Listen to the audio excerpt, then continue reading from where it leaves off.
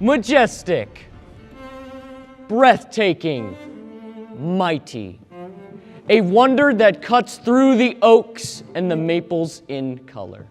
America's Rhine, a river of grandness that paints, like a master, the earth as its canvas. Just like the Rhine, though, the Hudson breeds mystery, secrets, and stories and songs born from history. Breathe their own breath as they become tales that take on new life and grow in the details. The pride of New York, she flows to the sea, after she widens at the Tappan Zee. At that expanse, in an eastern shore inlet, a small market town is quaintly here inset. The town has a name that somehow seems proper. Tarrytown, it's quiet with not much to offer. Among the hills, though, not far from this hamlet, there's a small valley that's even more quiet. A small brook glides through with a murmuring peep, just enough to lull one into a sleep. Born from the listless repose of that enclave, and from the way the inhabitants behave, exhibiting a quaint yet peculiar air, who descend from the Dutch who first settled there. This drowsy glen, tucked away from acclaim, for years has been called Sleepy Hollow by name. Some dreamy influence hangs in the air there. Some say it's been witched by an old German doctor. Others say native folk cast ancient spells, and others draw similar notion-filled parallels. Certain, this place continues this way, under some power that holds gentle sway over the people, their minds, and their memory, so that they walk in continual reverie. Old haunted spots abound in the twilight. Stars shoot and meteors glare in the midnight. Old Lady Nightmare, who plays on men's souls, makes it the favorite scene of her gambols. These are more common in this ancient valley than anywhere else in the land or the country. The most famous spirit that haunts in this glen, a specter on horseback that chills hearts of men. He rides like the thunder at midnight, it's said. His figure's lacking just one thing: a head. Throughout the valley, it's far and wide rumored that he is the ghost of a fierce Hessian trooper whose head was shot off and reluctantly traveled by some cannonball during some nameless battle of the Revolution. With this distinct scar having been buried in the old churchyard, he gallops the woods in moonlit routine in quest of the head that he lost at the scene. Like a midnight blast, he thunders with haste, for to be back to the churchyard by daybreak. The phantom strikes fear and is renowned as follows: the Headless Horseman of Sleepy Hollow. In Sleepy Hollow, and burgs of its sort, embosomed in the great state of New York, the people, the manners, and customs of old remain fixed and constant with a changeless hold. But these frightful penchants and fondness for wonder don't only afflict the quaint folks who were born there. Visitors, too, become quickly imbibed with the haunts and the lore that the Hollow prescribes.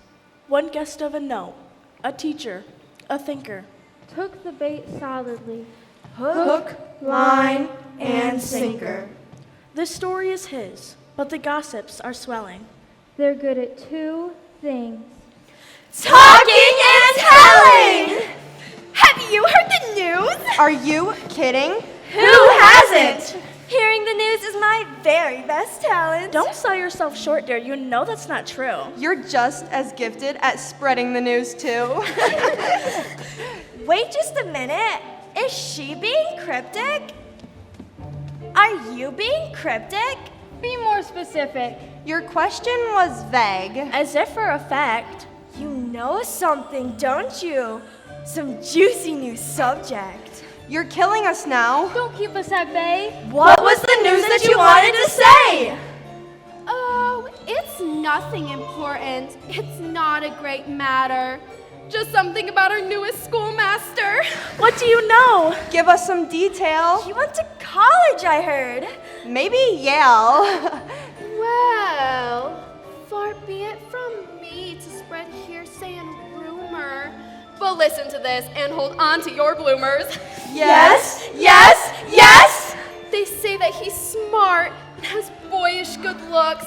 They say he has even read several books. Several books?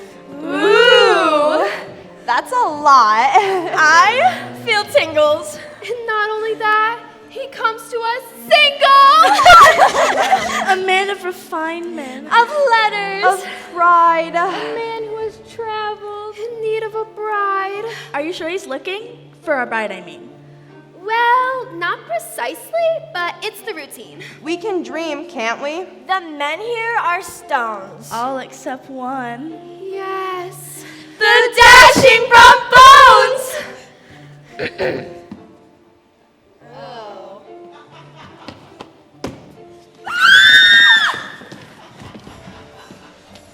Girls,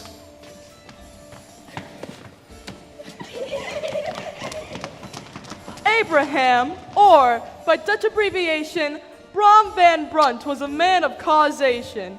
He was a strong, burly, roistering blade, the countryside hero who raced, fought, and played. He was the talk of the Hollow's full neighborhood. The country round rang with his great feats of hardihood.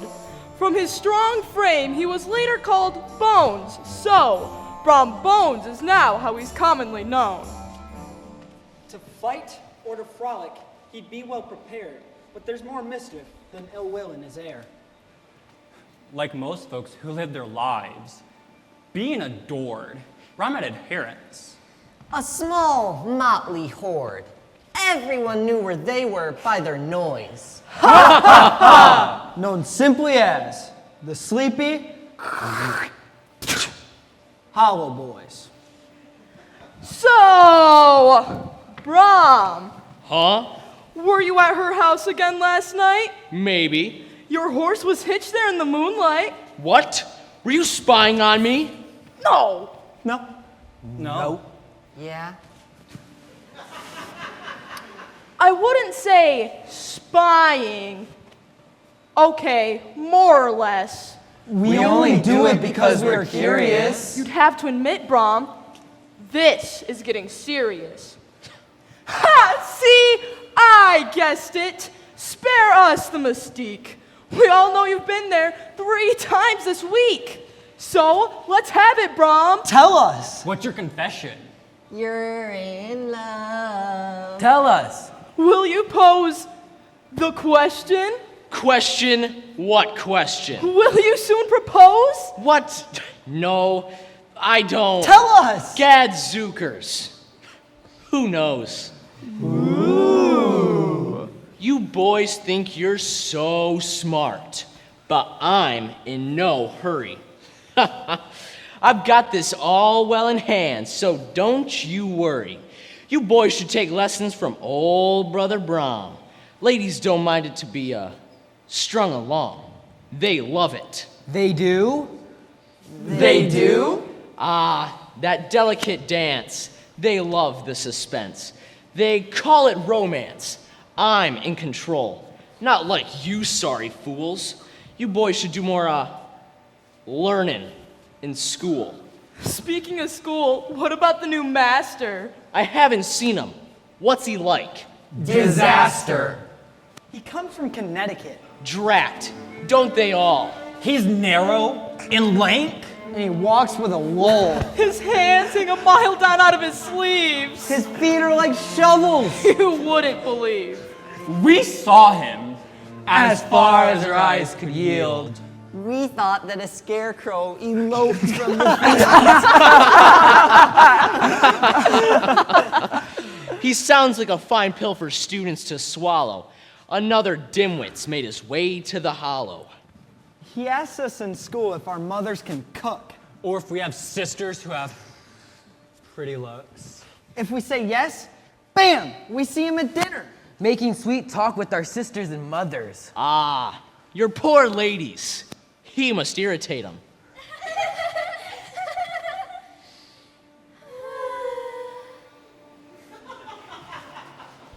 You'd think that, but none of the ladies here hate him. What a fine meal, dear Vrouw Van Pinner. Call me what you like, but not late for dinner.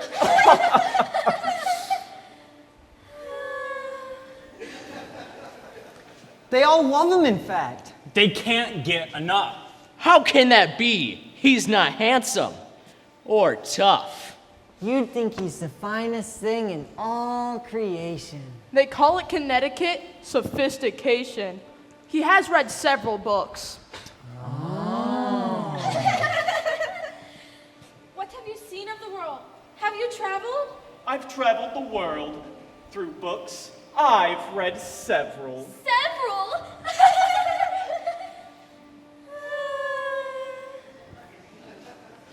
Yeah, but that's dumb.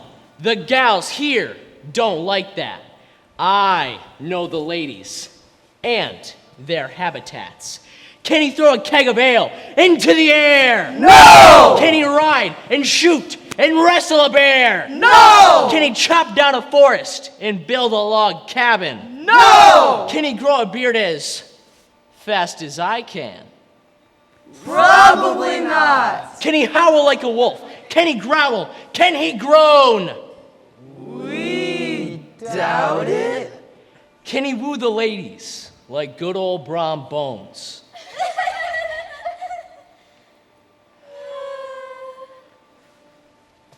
Yes! Well, apparently, I mean... It's true he has read several books. Yeah, that's pretty good. Yeah, several's a lot. I can't even read. Look! I'm the hero, you ignorant dunces! Now who is the manliest man in the land?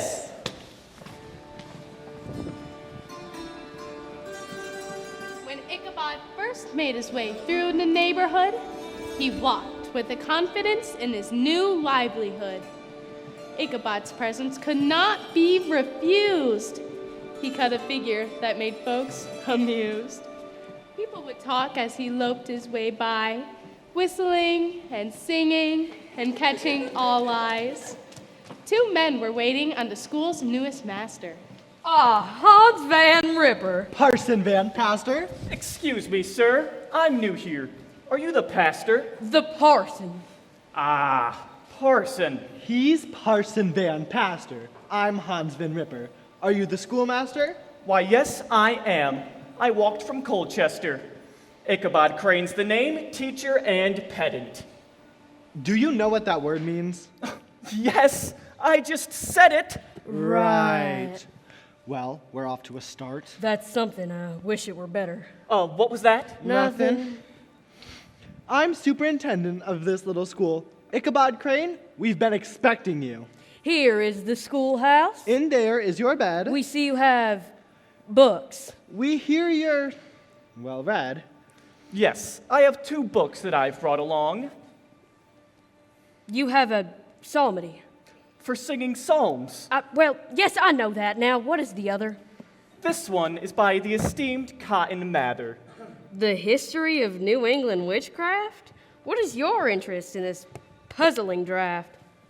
The Reverend Mather, as I'm sure you know, was once a famed preacher, my personal hero. The cautioning words he purports in this text are wisdom to help one avoid being hexed. Ye monsters of the bubbling deep, your maker's praises spout. Up from the sands, ye codlings peep, and wag your tail about.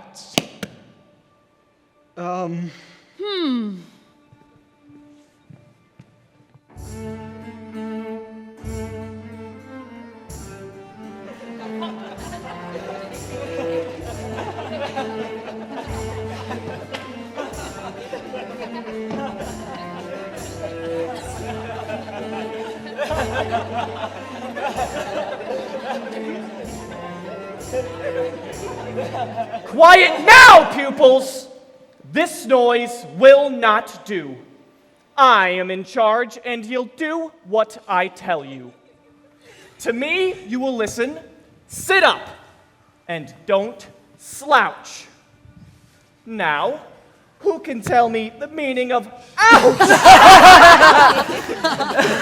I know the meaning. Who doesn't know that?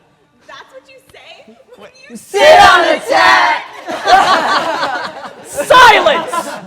Not funny, you impudent devils. I came prepared. Yes, prepared on all levels. Since you two boys have responded with smugness, you'll be my examples, my lessons of justice. If one spares the rod, then he spoils the child. I know what it takes to turn wild children mild. Come to the front where your classmates can't help you. Oh, Mr. Crane, sir, we forgot to tell you. You are invited to our house for supper. We're having lamb, fried in breadcrumbs and butter. Roasted fall squash. And potatoes with gravy. Best food in the hollow. If you like it savory. There'll be green beans and sweet sugared beets, baked apples, and pies by the fleet. Alert to the sumptuous signal for food, his urge to punish was quickly subdued. The pedagogue's mind spun into a trance as delicious morsels appeared and enhanced. One thought to the next, each thought the more yummy. Creating a foodscape for his hungry tummy.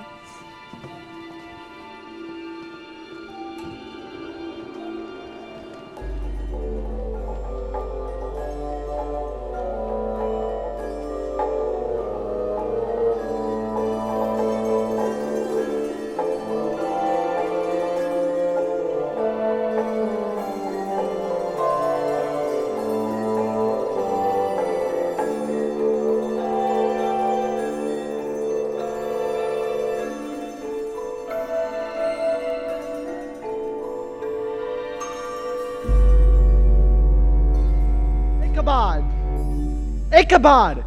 Ichabod Crane! Mynheer Van Ripper! I'll make this quite plain. We pay you to teach. Of course. Where are your students? What time is it? This reeks of imprudence. I was just teaching a valuable lesson. Mynheer Crane, lessons aren't taught in this fashion. An early dismissal, I'm sure they found pleasant, but in order to teach pupils, they must be present. I didn't dismiss them. I'm sure they're about, though. They're probably playing outside on the... No.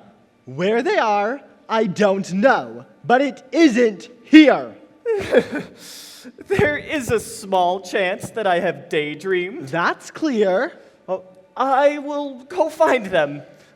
Thanks for your malfeasance. That word you use troubles me for several reasons. I hope you don't mean it or use the word wrong. I don't think you meant that to be... So long.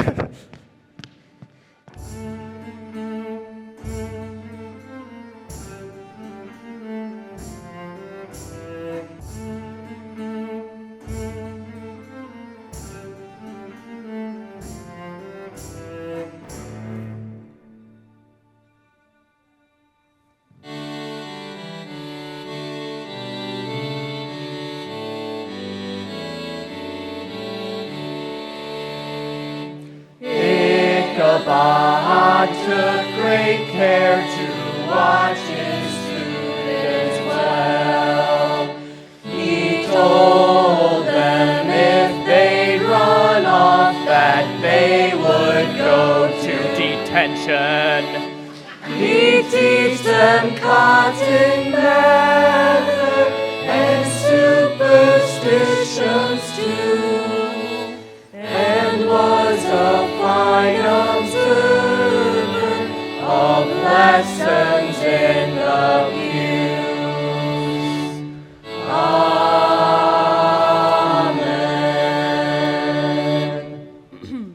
Dear friends and neighbors, my own precious flock, I I bring you a message of Puritan stock. Yes! Hard work is a virtue. It's one worth believing. And what is the nemesis of hard work? What? Dreaming. Ah, yes, of course. Daydreaming actually is what I mean. You can't be a dreamer and live your life clean. Ah, very true. I know it is tempting to let your mind wander, but think of the usefulness that you might squander. Those who daydream are lazy and sluggish. I've written that in my book, yet to be published. What are the outcomes of dreaming, you ask? Not bringing the cows in, ignoring your class. Yeah. You see my point? There are more I could list. I needn't elaborate. You get the gist. The thinking we ponder should be of our neighbor. Now, who's in the mood for some manual labor? Pardon me, Pastor Van Parson. Van Pastor. I've got an idea. Oh, what a disaster. This is an odd time, perhaps after the service? I'd like to help. Oh, this'll be worthless. Singing. You've heard my vocal display is one of my gifts, my artistic forte. I volunteer with all reverence and piety to start, for the ladies, a choral society. What does that mean? What? What does that mean? I don't know. Is he serious? That might be nice. What is the meaning of this? The female sound of this church is unique, but I could teach them my skilled vocal technique. The ladies do well, but with my musical tutoring, the boards and the rafters of this church would ring.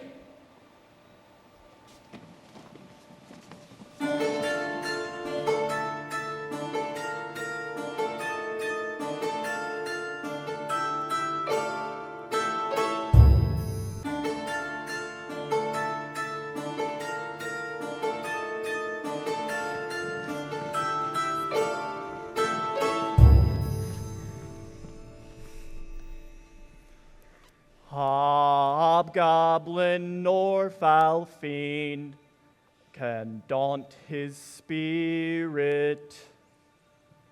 So the lessons began, and we don't need to mention, this gave the new teacher more female attention.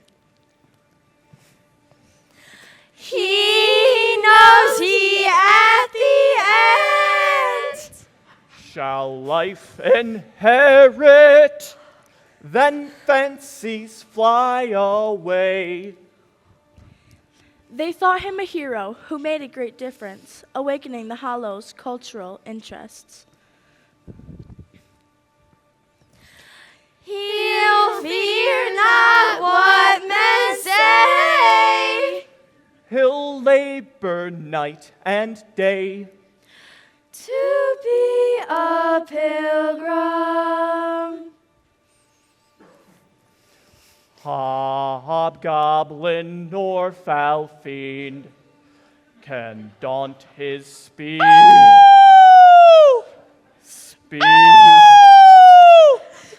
Spirit.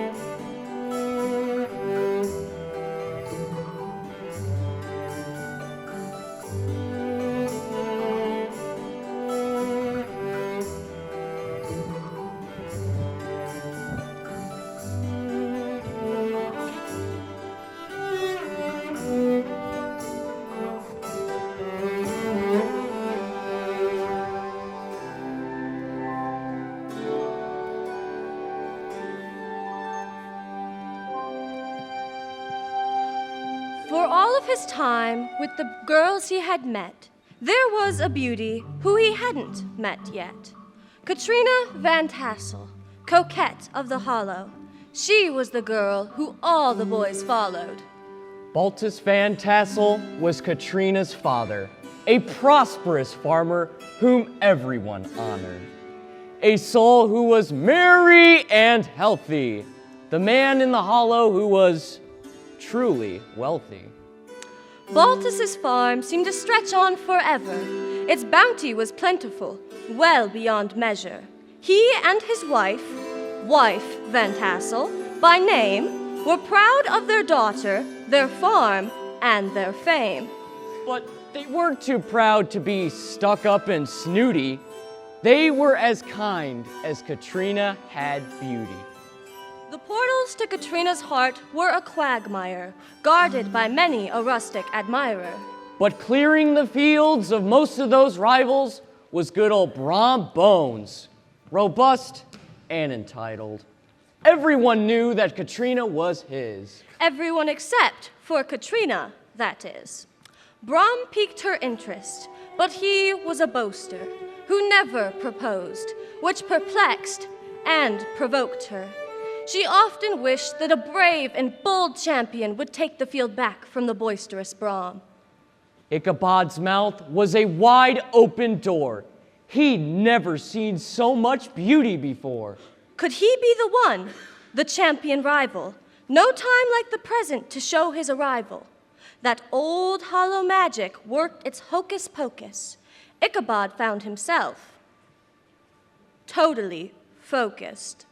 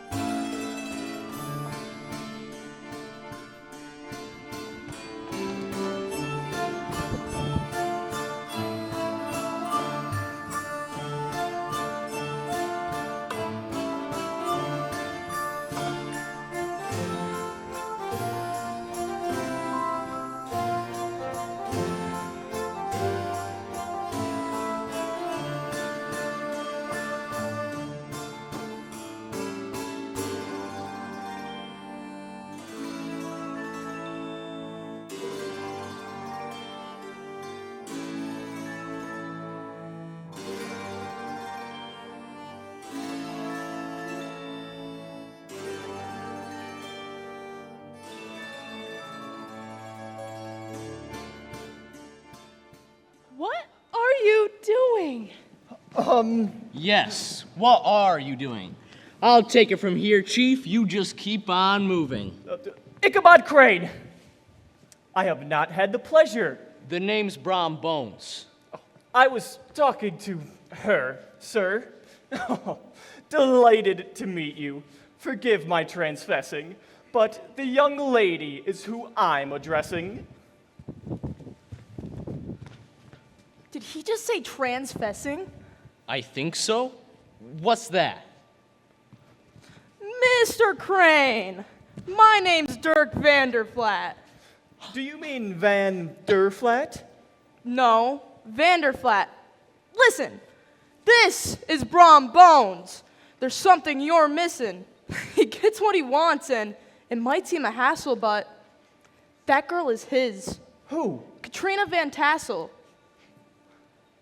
Ah, that's her name. How gentle, how fair. It talks to me softly, like two lips in prayer. A name filled with music, how beautifully sweet. It sings like the wind as it blows through my cheeks.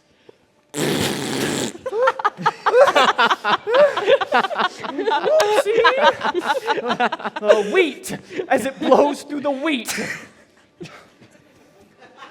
A beacon, a symbol, a flicker, a ray, a language that speaks to my heart's beating sway. Katrina Van Tassel, I'm your humble servant. This meeting's divine, yet most inadvertent. That's enough, Icky. Weren't you on your way? I'm happy to meet you too, Ichabod Crane. Yoo-hoo! These are my parents. Oh, I'd like to meet them. The pleasure is all mine. How kindly you treat them. Mama and Papa, here's Ichabod Crane. Ah, the new schoolmaster. I've heard your name. You live and teach in the school by the brook. And rumor has it you've read several books. I am the new teacher. It is as you've said, and guilty as charged. I'm extremely well read. My name is Baltus, and this is my wife. He's lived in the hollow his entire life. We live through the woods. Past the stone boundary. But don't let that fool you. I own half the county. Oh. Well, I'm honored to meet two whose wealth is so rife. Baltus and Mrs. Van. Please, call me wife. What's that? That's right. What is? Wife is my name. When I met her, I said, Gadzooks! What a dame. My father would always say, Since he was 8, if you meet a girl named wife, don't hesitate. Marry her quickly and then start a farm. A woman named wife is a farm good luck charm. I did not disobey, heaven forbid. My name is the best thing my folks ever did. Our farm has grown tenfold. 15, I declare, and Katrina's our only child. Our single heir. Oh, it sounds like your farm is the best place in town. I like you, Master Crane. Come, we'll show you around. Can you believe that? He's out of his class. What a nitwit. Yeah, an absolute jackass. Let's go, Katrina. Come, I'll take you riding. No, what I do is of my own deciding. I rather liked meeting Ichabod Crane. You can't be serious. I am. He's insane. Nobody talks like that. Women don't like it. How would you know? Have you ever tried it? Whoa, you can't tell me you liked that just then. He was poetic, a true gentleman. His speech is refined. He knows how to woo. You don't do that, Brahm. Or don't you know how to? What, are you kidding? You like how he speaks? You mean how your name is like wind through his cheeks? All right, not that one specifically. No. But he speaks with charm, and that's more than you know. Time to grow up. That works on some ladies, but that doesn't work on me. I'm not a baby. You boys should take lessons from old brother Brahm. Ladies don't mind it to be strung along. Not one word. Not one single sound. If you speak again, you'll be eating the ground.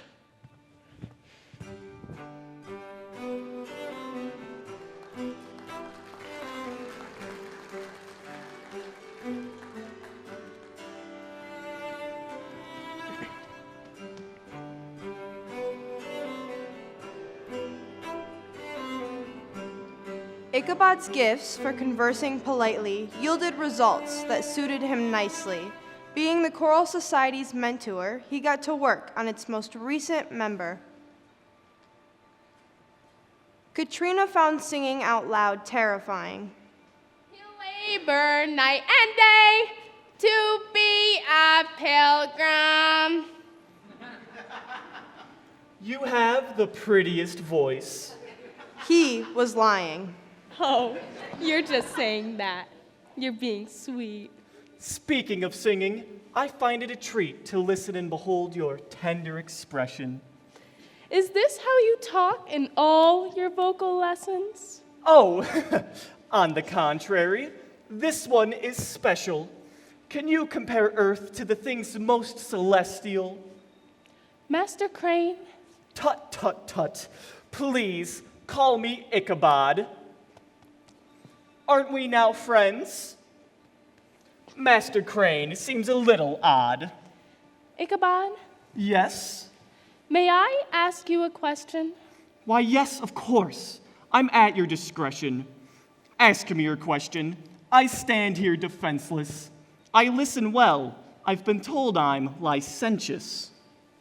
Licentious? Mm-hmm. Is that the right word choice? Go ahead, ask me, and give your thoughts voice. You are a man of knowledge and skill, philosophy, letters, and eloquence still. You've come to our hollow to teach and to proffer, but what does our village to you have to offer? Well, I have my own dreams of what lies outside. Beyond the hollow, the world is so wide. I long to see so much more than this farm. Don't get me wrong, Sleepy Hollow has charms. But I love to muse and indulge my wonder of what it would be like to leave here and wander. Have you seen the world? Do you have stories of sights and people and new territories? Actually, I'm on my own here, and I do try my best, but sometimes I just don't fit in with the rest. Is that hard to believe? well, It's true. but the boys in the hollow all want to be with you, and you enjoy that attention, I think.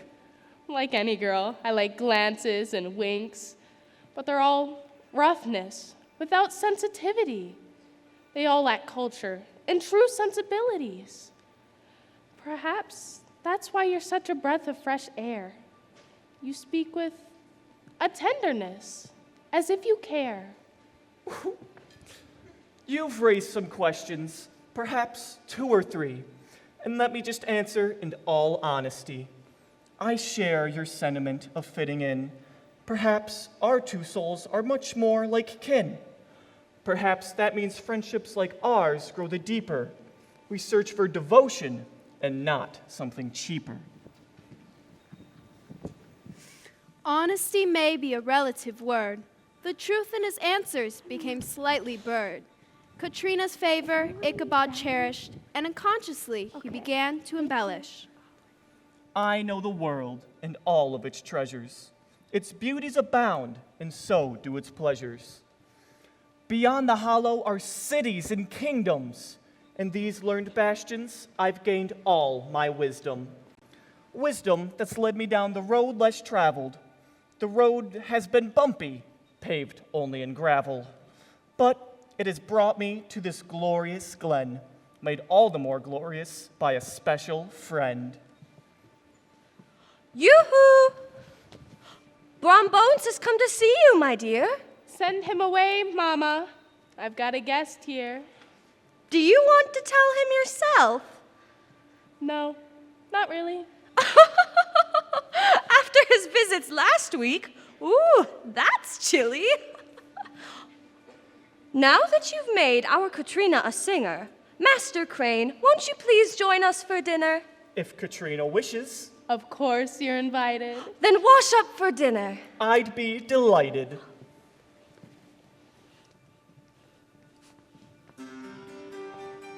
Ichabod had the best meal of his life with Katrina and her parents, Baltus and wife.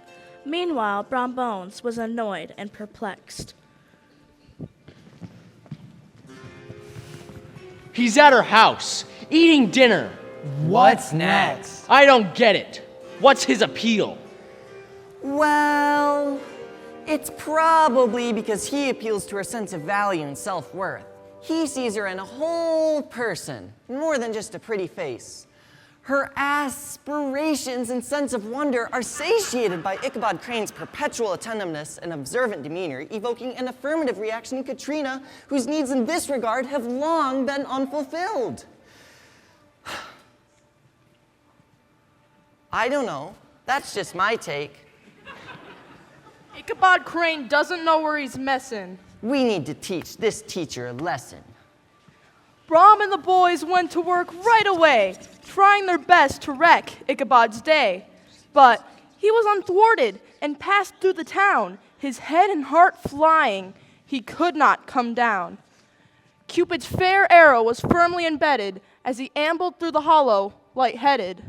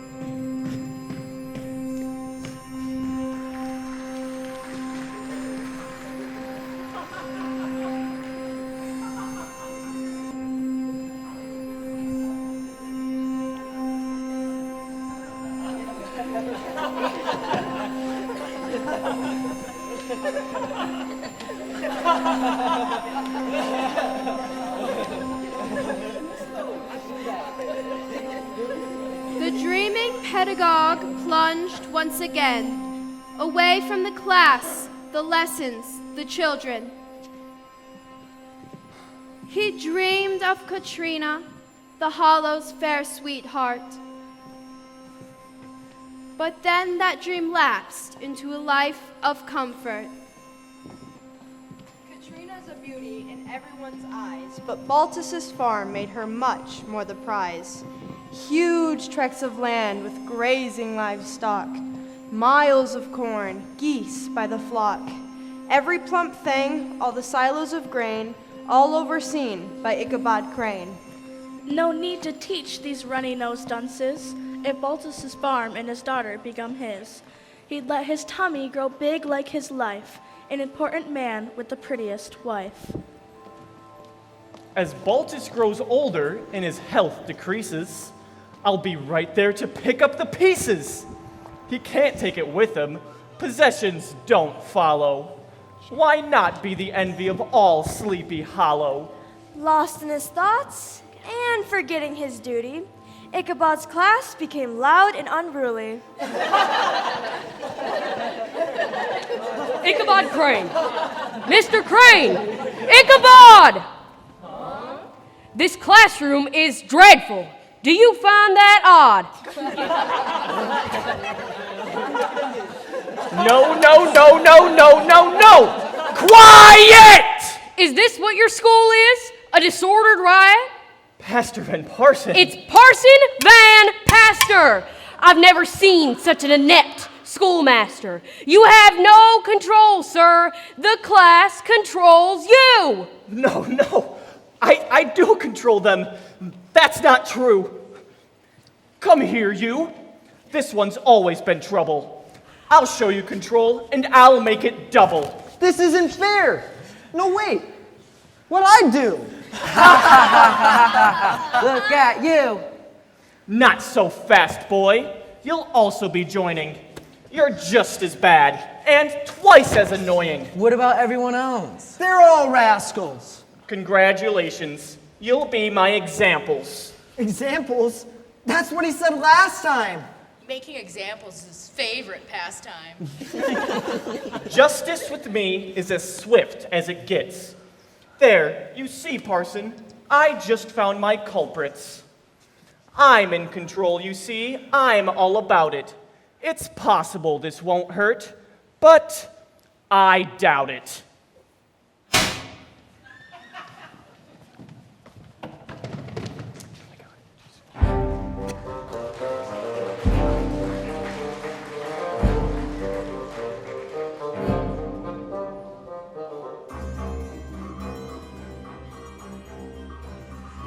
Brom got an earful from his young devotees about the schoolmaster's odd classroom proclivities.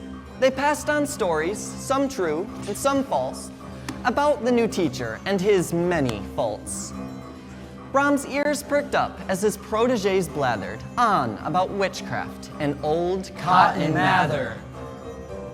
Who's Cotton Mather? The boys then explained. He's a dead preacher on Mr. Crane's brain. He was from Boston. Crane thinks he's vital. He was involved in the Salem witch trials. He wrote a book. It's all about witching. Crane's so superstitious. He is? We're not kidding.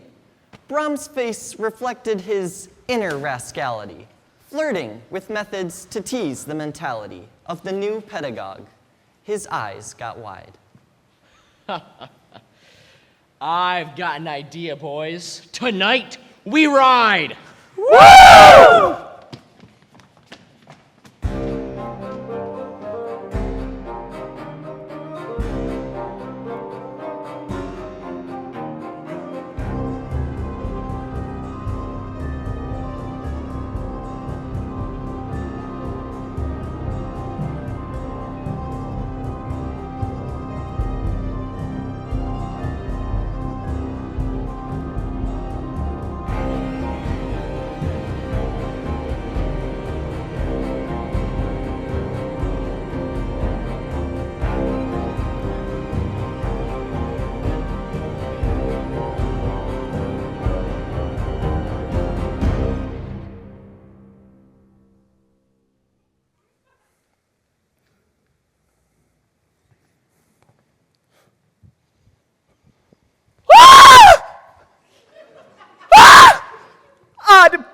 heckins! What's this? What evil? How drastic! Someone has cursed the schoolhouse with black magic! Ichabod Crane! What's the meaning of this? I didn't do it. There's something amiss. Did you learn nothing from school in Connecticut? Being amidst these signs makes you an advocate. No, Cotton Mather, I'm not. I'm devout. If I were alive, I'd have my doubts. Witching and sorcery both honor hell. You can't abide with it here where you dwell. Heed well the lessons that were taught in Salem. Yes, I've read your book. I know it verbatim. This can't go unpunished. It must be made known. Witchcraft of any kind I don't condone. I want nothing of this. I'm not a participant. Not good enough, Crane. You must be more vigilant. What do I do? You must find the source. You must snuff it out. Like a candle? Of course!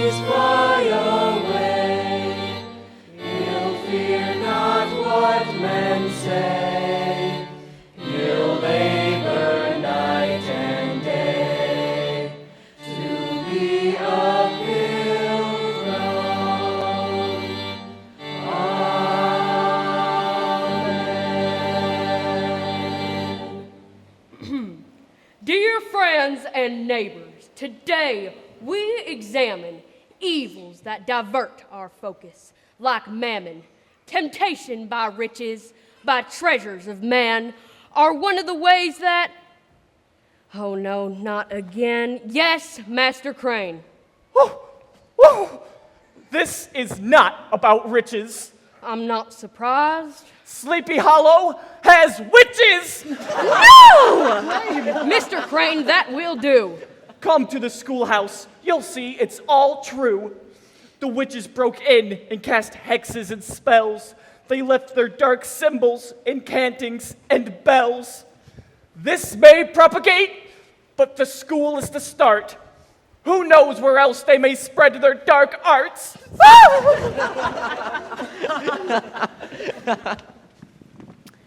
Well, it's about time. Yay, something exciting. Just think, Sleepy Hollow has had a witch sighting! At last, something here that will keep us from snoring. My whole life in the Hollow's been boring. Don't get me wrong, I am slightly concerned. And witches should probably be crushed, hanged, or burnt. But until then, Until there's an indictment, let's just enjoy the new witch hunt excitement! I know what I'm saying. I'm sort of an expert. I've read about this, many sermons and excerpts. Why are you laughing? It's no laughing matter. It's not. No, of course not. Just ask Cotton Mather.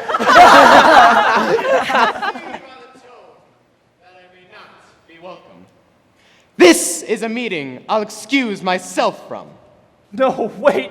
Cotton Mather, don't leave me alone. Good luck, Ichabod. You're on your own. Who is he talking to? Who's Cotton Mather? Look at him, boys. This couldn't get better. Be a gentleman. Don't be so mean. I'm not the one standing and making a scene. Just watch the show, Katie. Enjoy it. You should. You'll thank me later. It's just getting good. My name's not Katie. And why should I thank you? Me and the boys pulled that old schoolhouse voodoo. Brom Van Bruns, you didn't. I did. When will you ever stop being a kid? Excuse me, Parson? Katrina? That's right. I believe something must be brought to light. Yes, girl, what is it? What have you to say? Ichabod Crane has been wronged here today. He is a victim of one of Brahms' jokes. The spells in a schoolhouse are all a big hoax. How can you verify this bizarre story? Because, in his waggish ways, Brom Bones just told me. Abraham Van Brunt, rise so I can see you. What have you to say? Is this story true? Me and the boys were just funning about. Is it true? Yes, sir. We did up the schoolhouse. For this misdeed, and for Master Crane's injury, I think Brom owes Master Crane an apology. There is no need. I can laugh with the best. But I'm humbled, Katrina, by your sweet request. You personify all that is dear, and in your kindness my heart takes great cheer. He does have a way with his words. Yes, ma'am. I'll say. I could sit here and listen to his sweet talk all day. Brom is a strong, burly, roistering blade, so I understand the mistake that he made. With no education, he lacks understanding. On his intellect, we can't be too demanding. We must have pity on Mr. Van Brunt, whose deficiencies pushed him to do such a stunt. You are forgiven, Brom. There's no ill will. The wise learn from their mistakes, just as you will. We don't fault you for your meddlesome game. Your lack of refinement, that's what is to blame. Maybe you'll grow up. I won't be surprised that someday these citizens might call you wise. But until then, you should strive to be better. Our hope for you is that you become clever. Shake my hand, Brom, and receive my prolunction. May you be blessed and a man of retinction.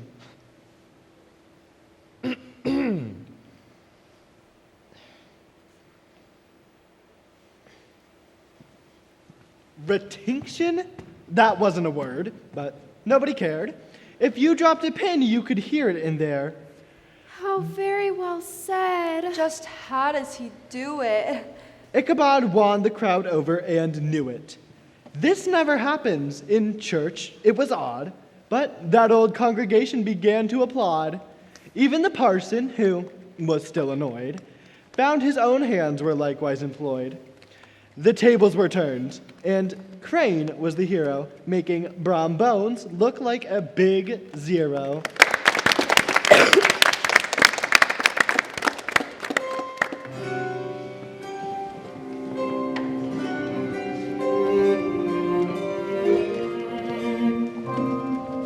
Ichabod found himself greatly admired, but one simple letter took him even higher.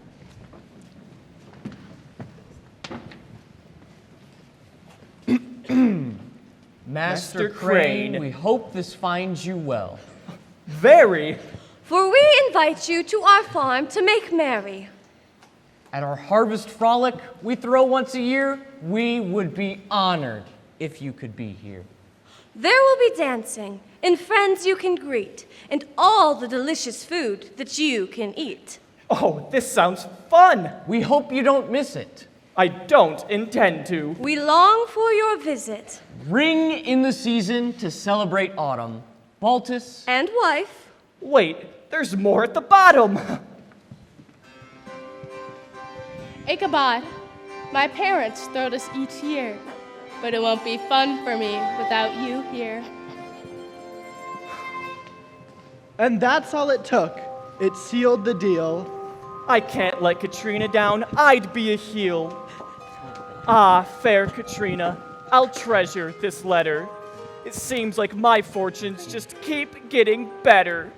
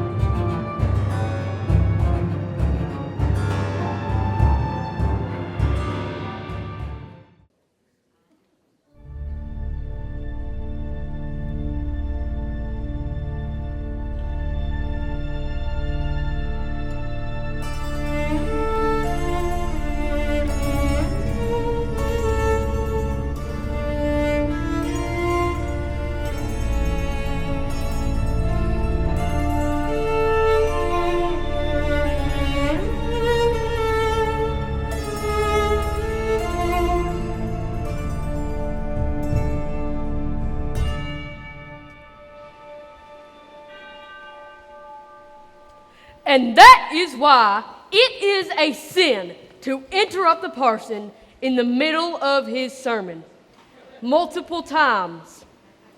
Amen. Amen.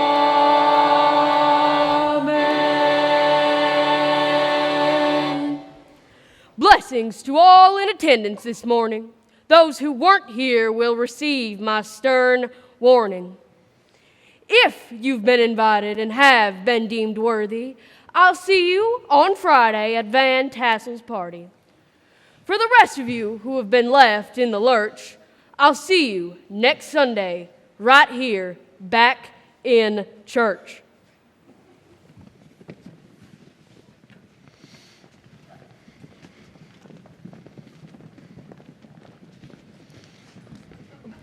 Ho there. Hello.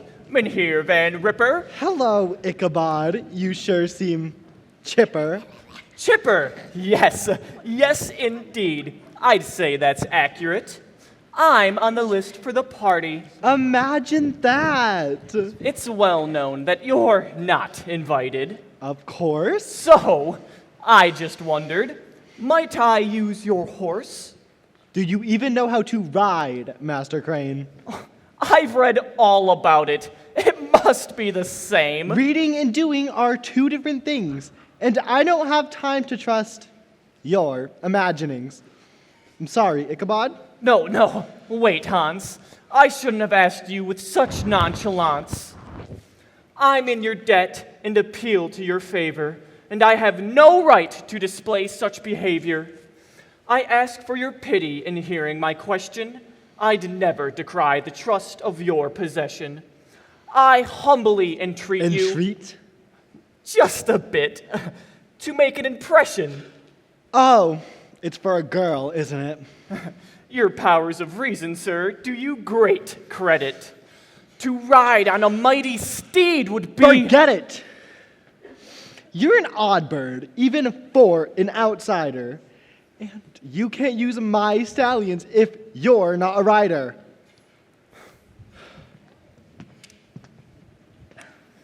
On second thought, I do have a horse. You say you've read about riding. Of course. I was young once, and I'm starting to soften. Don't get ideas. This won't happen often. I have a horse. Can you handle the power? Oh, yes, of course. Fine then. You can use gunpowder. Gunpowder? Ooh, that's a name with some gallop. Come by on Friday. We'll saddle him up.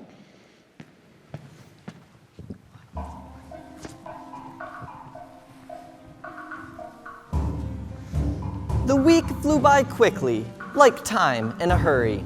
On Friday, the teacher dismissed his class early. He needed time to prepare for the party. Ichabod Crane, you're a dapper, young smarty. Fate's on your side, 'cause you're doing it right. Katrina is waiting for you there tonight. Is it your smile, your wink, or your smirking? Whatever it is, keep it up, 'cause it's working. Ichabod followed his dreaming profusion towards what seemed to him quite the valid conclusion. Just keep up the charm, keep that old magic clicking. Katrina's a peach who is ripe for the picking. Then old Baltus's farm will soon be in my reach. Then I can relax, no need to teach. Everything's falling in place as it should. Ichabod, you sly dog, boy, are you good. The teacher had never felt so debonair. He took one last look and combed one last hair.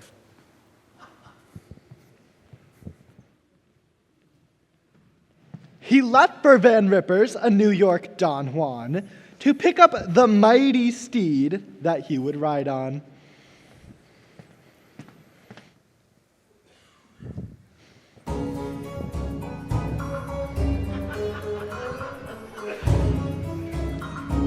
Mynheer Van Ripper. I have what you need. Where is he? Here. This is the steed? I never said steed. I said horse. Yeah, but wow. He's had 28 years of pulling a plow. He's old, so I just let him graze with my cattle. This might be the first day that he's had a saddle. How will I ride him then? What if he bucks? If he bucks, he'll probably die. So, good luck. Do most horses slope like that? He's just disfigured. This won't make quite the impression I pictured. If you don't want him, that's fine. I'll take it. No. I'm grateful. I just hope he makes it.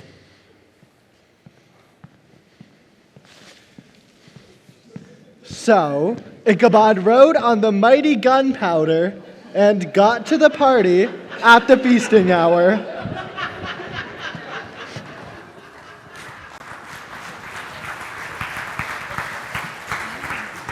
Ichabod's senses, upon his arrival, were inundated by the frolic feast table. First, the aroma, and then the sights aroused the pedagogue's keen appetite. He breathed in deeply to nurse the sensation of glorious gastronomic stimulation. There were sweet, oily kooks, crisp, crumbling crullers, and fried sugared dough. Can it be so? It can, and the cakes. Yes, the cakes. It's uncanny. The sweet cakes, the shortcakes, and the whole cake family. And then there were pies. His eyes got wider. Apple pies, peach pies, and pumpkin with cider. Delectable preserves of peaches and plums, quinces, pears, and cranberries. Yum. Chicken and pheasant, smoked beef. A dream. Served together with bowls of fresh milk and cream. It all seemed the best that the world had to offer. Until he looked up and saw Baltus's daughter. Schoolmaster's here. I'm not concerned. Even though your love's been utterly spurned? No, it has not. That's just how girls do it. They play hard to get. Oh, I thought you blew it. I didn't blow anything. I've got this in hand. Look, Brom, we all know you're more than man, but Ichabod knows something that has you fooled. I'd hate to say it, but you're getting schooled. Ask her to dance. No. Of all the ideas, you know I don't dance. Yes, I know, Brom, but he does.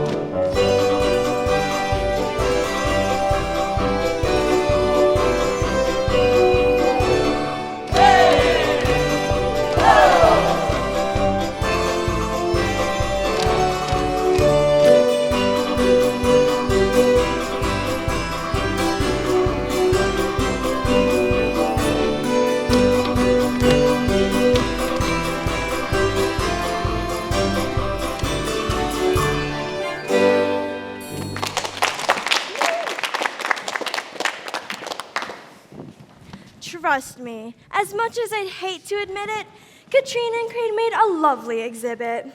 I didn't know he could dance. No, me neither. Those two have emerged as the party's main feature. I didn't like it, but now I've been swayed. They go together like lemon and aid. Isn't it strange how she dismissed from Bones? Look at him there, with his head down, alone. I'm not complaining.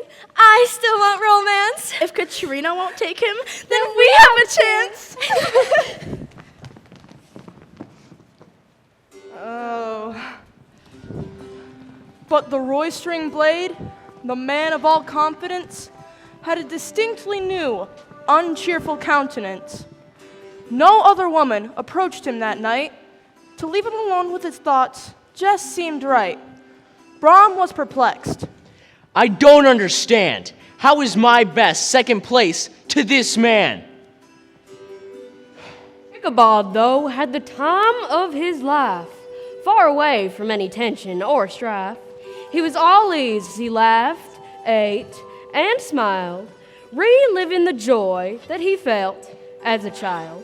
There was a moment, though, missed by the throngs, where daughter Van Tassel regarded young Brom. It was a look. Even Brom didn't know it, and gone in a moment with care not to show it. Now, as it happened at these harvest parties, Baltus would call out, It's time for your stories. Let's hear your adventures, your news, and your tales. Give us your best and draw out the details. The guests gathered round, and all the best sophists spun out their stories on myriads of topics. The war. And that's how Corporal Cletus McGee trapped 7 redcoats up a tall tree. Espionage. The traitor fooled everyone, the dirty spy, but we all got justice when we hanged him high. And there was a rant by a woman with wrinkles, a nag of a woman named Old Dame Van Winkle. My husband Rip, the lazy do nothing. At the house with his dog, Wolf to go hunting. Do some work, Rip. I gave him a bawling, and that's the last time I ever saw him. For 18 years, nobody knew where he hid. The goal of that man leaving me with the kids. It's as though he disappeared in the thin air. The nagging was too much for old Rip to bear. I heard that, Catcher. Enough of your yapping. He's likely nearby. He's probably napping. A nap in the woods for some quiet instead. Perhaps he'll wake up yet. Yes, after she's dead. Laugh all you want with your shameful display, but I think the horseman took my Rip away. Horseman. The horseman. Remember that, Hessian? This was the first Ichabod heard him mentioned. The horseman? What's that? The Hollow's great ghost, the topic that everyone dreaded the most. A dread that was reveled in, craved, even savored. The Hollow's enchantment wreaked this behavior. The shift in the mood of the throng was erupt. Everyone waited for whom would speak up. The atmosphere moved from lightness to dire, for all but one who felt a small fire. Starting to glow in his jealous heart, a fire of cunning, of craft, and of art. No country gentleman, Brom was no dancer. He was not learned or quick with an answer. But he could tell tales with aplomb and allure. He was the Hollow's most apt raconteur. Headless. What's that? The headless horseman. He rides a mount that's half horse and half goblin, the most famous spirit that haunts in this glen. A specter on horseback that chills hearts of men. He rides like the thunder at midnight, it's said. His figure is lacking just one thing, a head. Throughout the valley, it's far and wide rumored that he is the ghost of a fierce Hessian trooper whose head was shot off and reluctantly traveled with some cannonball during some nameless battle of the Revolution, with this distinct scar having been buried in the old churchyard. He gallops the woods in moonlit routine in quest of the head that he lost at the scene. Deep in the woods, he finds riders alone, taking their heads in the quest of his own. He knows when you're out, when you're riding along. Oh, and he prefers heads held by necks that are long. Those are the heads that are best for the taking. Most don't stand a chance. There is no escaping. Unless you're me. I met that night riding specter of fright last year at this time, on this very night. I was on this road past midnight alone, making my way through the woods to my home. There in the woods, I felt something strange, just a small chill or some subtle change.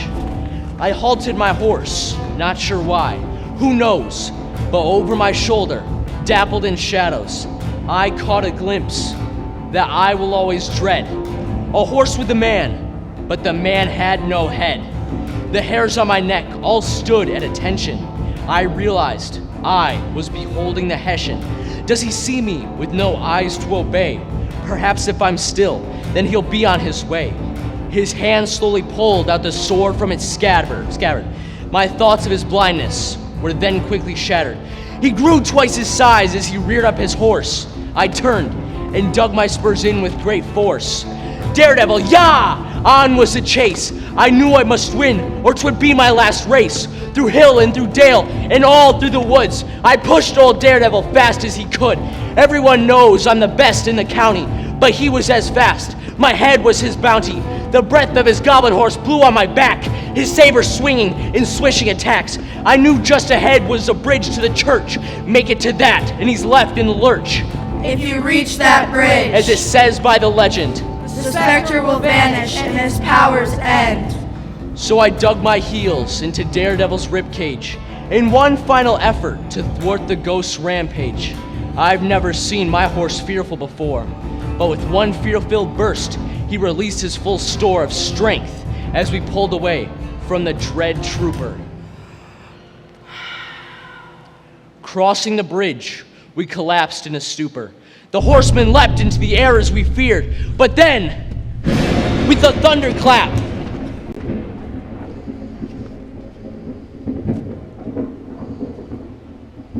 he disappeared. This is the truth, or I wouldn't admit this. Most don't survive. I'm a living eyewitness. The headless horseman is real, I warn you. And everyone here in this room knows it's true. At midnight, you'll hear him go thundering by. So stay in your homes until morning is nigh. Yes, I've heard him. Don't get caught alone. It's just as he said. Or my name's not Brom Bones.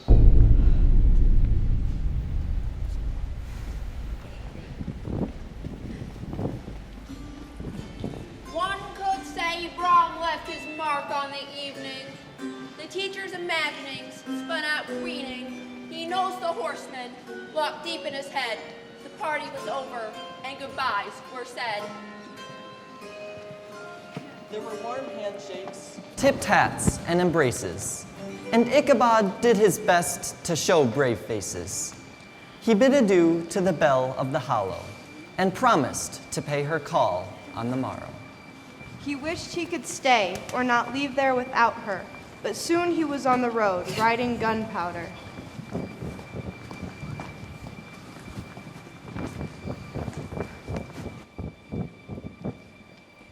The feelings of warmth and of joy from before were now distant memories of what he longed for. If stories were arrows and Brom was an archer, then he'd hit the pedagogue's chink in his armor. The one spot he knew would do the most damage, Ichabod's racing fear, could not be managed. The road closed around him with darkness and sounds. Every small noise was enough to confound.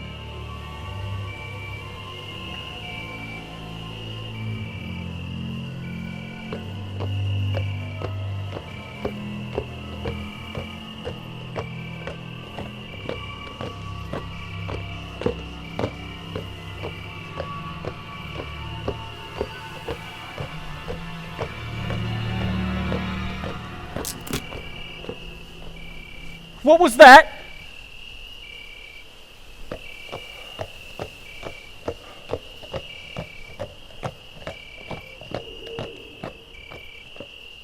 Who's there?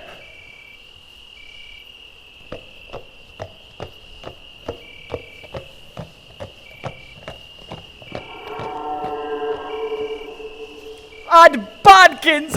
Show yourself, I say! Ichabod Crane! Now what could be the matter? Who's that? Who calls me? 'Tis I! Cotton Mather? Really now, Ichabod, how unbecoming. To mere superstition your mind is succumbing. Perhaps this points to a spiritual weakness, to give in to fear and to entertain bleakness. This will not do. You must shun these dark arts. This will not do for a Puritan heart. No, I'm loyal. You know that I'm steadfast. I study your sermons each day before breakfast. Be that as it may, this witchery lingers. What must I do then? What spiritual rigors? You say that you're steadfast, and that you're devout, and you know my writings, both inside and out. And yet you can ask me that asinine question? Please, Reverend Mather, I fear the Hessian. I'm here only with you as my escort, and if I'm honest, you offer no comfort.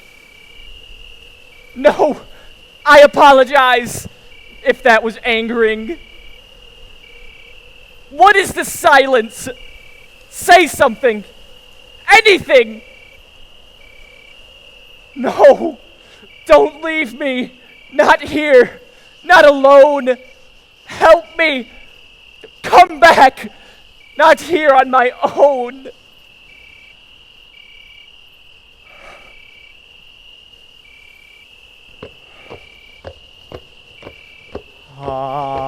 Hobgoblin or foul fiend can daunt his spirit.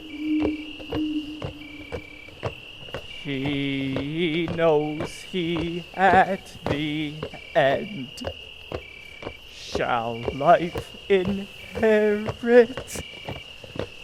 Then fancies fly away.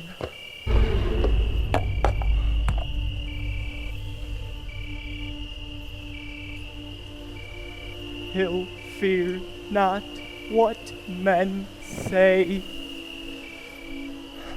He'll labor night and day to be a pilgrim.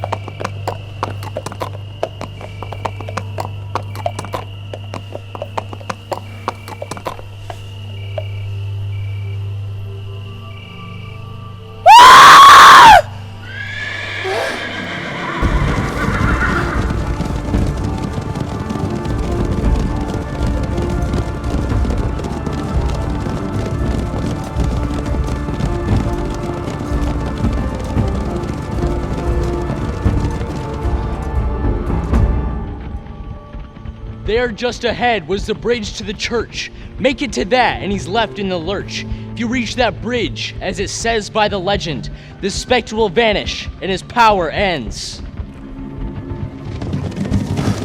Ah, there's the bridge! Gunpowder, go faster! We must make it! Go!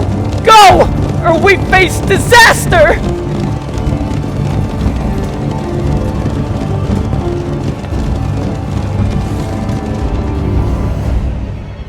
The thundering phantom was almost upon them, but somehow the horse under Ichabod launched them across the church bridge with a banging plank rattle, stopping the horseman who stood in his saddle.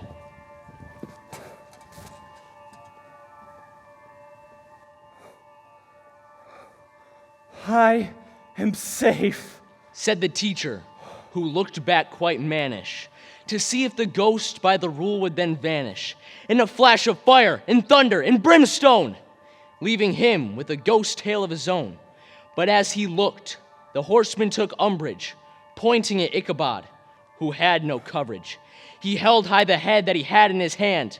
What happened next, one can scarce understand.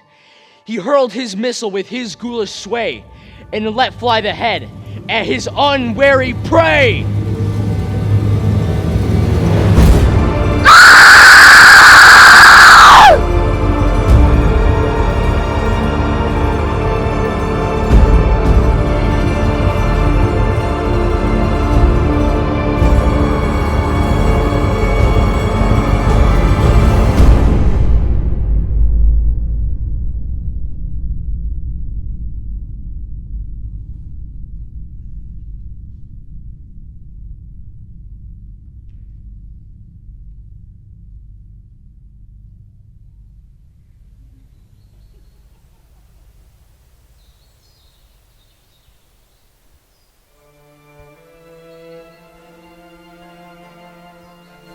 The following morning at Van Ripper's gate was Gunpowder, who stood serenely and ate, soberly cropping at the grass by the road, telling no tales, like a horse who is old. But he had no saddle, and down underneath, his bridle was off in the grass by his feet. Ichabod made no appearance at breakfast. Given his appetite, this piqued some interest. Mid-morning hour, and then dinner came, and then it went by, but no Mr. Crane. Magic was thick. The people could feel it. It's what they lived for. To inhale and breathe it. Where's Ichabod? I've not seen him. Who knows? Check by the brook. And look for his clothes. Search all the roads. Search the dirt. Search the gravel. And while you're at it, search for my saddle. Riders went out. They were off to the races, making their inquiries, and soon found some traces.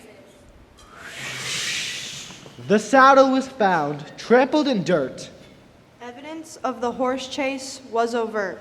The hoof prints were deep, made with furious speed, traced back to the bridge, and there, in the weeds, was Ichabod's hat. Also trampled and tattered, there, close beside it, a pumpkin, well shattered.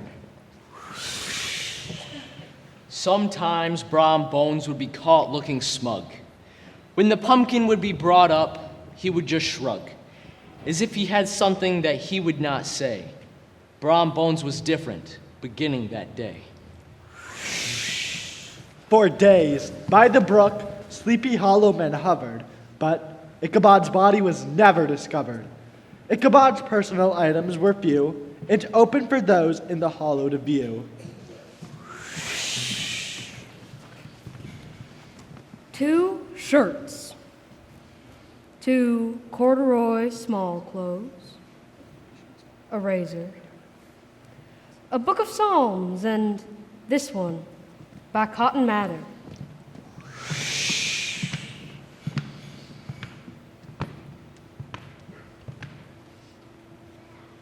The History of Witchcraft, a New England almanac.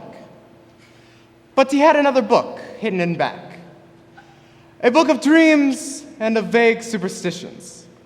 This dream contradicts all my written positions. But what do I know? I'm just in his head, even though I've been 100 years dead.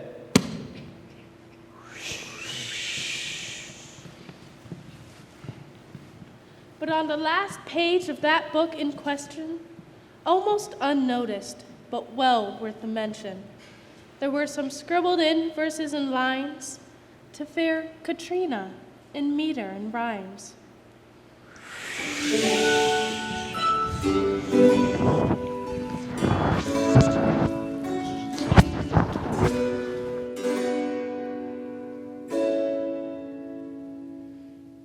Katrina. Katrina. Look, Katrina. I'm ignoring you, Brom. I know. Oh, how revealing! He understands. But does he have feelings? We're going riding, Katrina. Let's go. Or we'll have a picnic today. So you know. Well, I don't like picnics. And your horse is nasty. But would you know that? No, because you never asked me. You never asked and you never wrong. And no, girls do not like to be strung along. Who told you? Dirk. Sorry. Oh. When we first started, Brom, it was exciting. But I know you better now, and it's enlightening. Please, just let me be. Just leave me alone. I don't want to see you. May I see you home? This isn't funny, Brom. Please, go away. Go play with your boys. I've got something to say. I didn't like that Ichabod Crane. And now that he's gone, maybe I stand to blame. I wanted him gone, that bookworm school smarty. That's why I scared him so much at the party. But I'm no fool. I learned some things too. That teacher taught me things that I never knew. I won't be as smart as him, that I'll admit. I won't be as charming or have as quick wit. I learned you're a lady who needs to be won. And I learned that I'm lonely if you're not my one. I'm sure that you miss him. I understand. So I will stand back as far as you demand. But if there's a time when you want an ear, please look no further. I'll be right here. I've been a self-centered, jealous-filled man. From now on, will you just call me Abraham?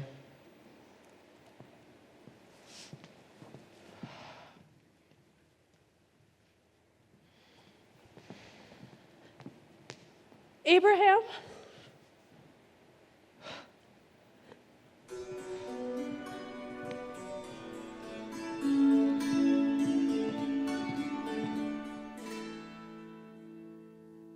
For some Sundays after, there was speculation about the event by the whole congregation. Small knots of gazers and gapers and gawkers at the churchyard or the bridge became talkers. They'd spin their own truths as they'd rant and invent, creating a legend of the bleak event. The teacher was gone, and there could be no question. He must have been seized by the galloping Hessian. But as the time passed and the magic grew thicker, there came some word that gave hope some new flicker. The elderly Van Pinnard, some several years after, came back from New York with the story's new chapter. She came back with news that some couldn't abide. The schoolmaster, Ichabod Crane, is alive. I came from New York, and that's what I saw. He lived in the city where he studied law. Becoming successful, he followed ambition, becoming an esteemed New York politician.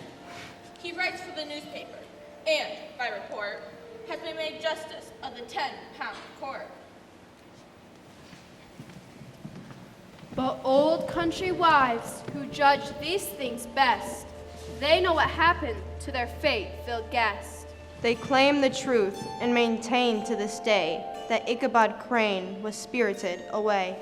By some supernatural means that dark night. That story is better. And best by the light round the old winter fires. Where tales and notions Are told of the teacher and the headless horseman.